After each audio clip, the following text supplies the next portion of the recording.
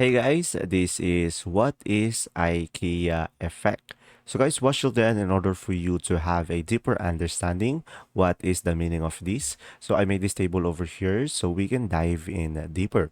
So guys, what is IKEA effect? So guys, it's a cognitive bias where people place higher value on things they have partially created themselves. So it will be like assembling a furniture and compared to ready-made items. So guys, why is it important? So guys, it explains why consumers may be more attached to products they put effort into. So it increase the satisfaction and the perceived value. So guys, the name comes from the IKEA. So the furniture store known for requiring customer to assemble the products, and this way people can feel a sense of accomplishment and ownership of the product they bought. So this in result boost their perception of the item.